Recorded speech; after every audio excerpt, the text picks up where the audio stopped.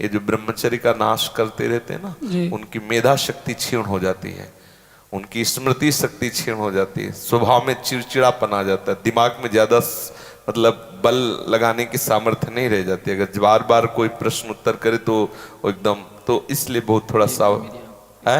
गुरुजी मेरी आंखों की रोशनी भी कम हो गई है, बाल भी सफेद। वैसे हमने उसमें उस एपिसोड में वर्णन किया है कि ये सब लक्षण उसके अंदर आ जाए, और ये सब आप लोगों के सुख के लिए ही वर्णन किया है जी। यद्यपि इन विषयों पर चर्चा गुप्त रूप से की जाती है, पर हम प्रकाशित रूप से इसी से किया कि आज हमारी नई समाज जो है, क्योंकि हम तो जानते नहीं है, जब हम पढ़ रहे थे तो ऐसा था नहीं, लेकिन नए नए बच्चे जो हमारे पास आए तो उन्होंने बताया कि हमारे क्लास में इन बातों का चैप्टर डाल दिया गया है। अब हमारे समय में तो रहीम के दोहे, कबीर के दोहे, हमारे समय में तो ये चैप्टर थे नहीं। आज जो चैप्टर पर, अच्छा सोचो, अभी 12 वर्ष का बच्चा है, अब उसने गंदे आचरण शुरू कर दिए, वीरनाश करना शुरू कर दिया। अब वो जब 22 वर्ष का होगा तो उसकी हालत खराब हो जाएगी।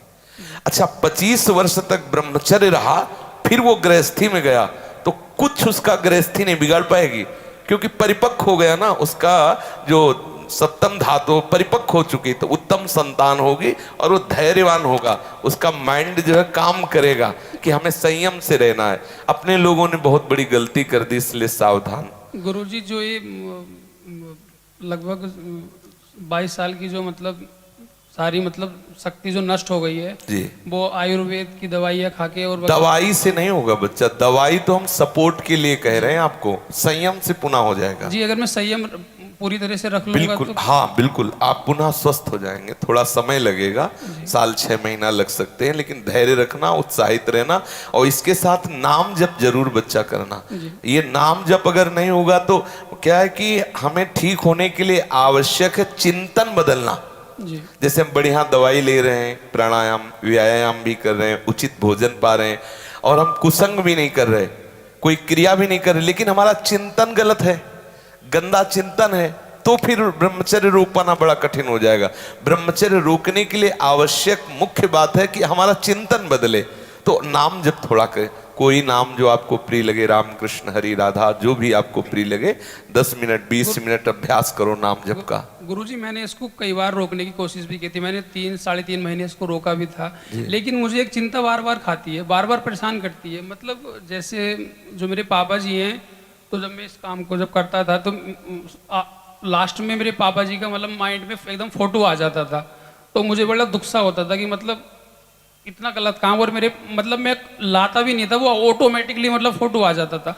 तो मुझे ऐसा लगता था कि नहीं, आप इसमें समस्या क्या, रोकने में क्या समस्या हमें बताइए। आप कहते हो कि मैं रोक सकता हूँ, रोक लिया, लेकिन क्या समस्या? लेकिन समस्या गुरुजी ये आ रही है कि जो मेरे पापा का फोटो बनता है तो मुझे ऐसा लगता है कि मैंने अपने पापा को बहुत पीछे छोड़ दिया। और ये सब मनीराम की चालें, बहुत इधर उधर मत भटको, सीधे चलो। अच्छा, रोकने पर स्वाभाविक जैसे धातुपात हो जाए तो उसमें चिंता मत करना, वो धीरे धीरे ठीक हो जाएगी।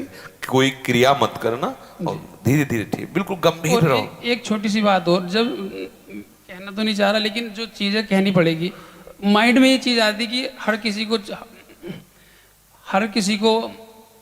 मतलब हर किसी को एक्सपायर होना है, तो बच्चा प्रतिपल मर मर के क्यों एक्सपायर हो, मर मर के क्यों मरे? अरे एक बार मरना, तुम तो प्रतिपल मर रहे हो बच्चा। हम प्रतिपल मृत्यु से बचाना चाहते हैं। एक बार जब शरीर छूटना होगा तब छूटेगा, लेकिन जब तक, अब गाड़ी का एक्सीडेंट होना ही है कभी ना कभी, तो हथौड़ा ले और अभी उसे तोड़ करके खड़ी कर दो, तो खत्म यात्रा। अरे जब होना होगा तब होगा, जब तक नहीं हो रहा तब तक तो हम अपनी यात्रा तय कर रहे हैं ना। आप प्रसन्न रहिए, और जो चिंतन आता है निगेटिव नकारात्मक, उसे छोड़ते रहिए। कुछ दिन थोड़ा ब्रह्मचर्य से रहोगे तो शीतलता आने लगेगी, आपको खुद अंदर से उपदेश होने लगेगा, खूब अच्छा लगने लगेगा, आप सतमार्ग में चलने लगेंगे। ठीक है ना? आप जैसा कहा वैसा ध्यान दीजिए, और किसी आयुर्वेदिक वैद्य से मिल करके धातु पुष्टता की औषधि ले लीजिए, ये उसी को दे।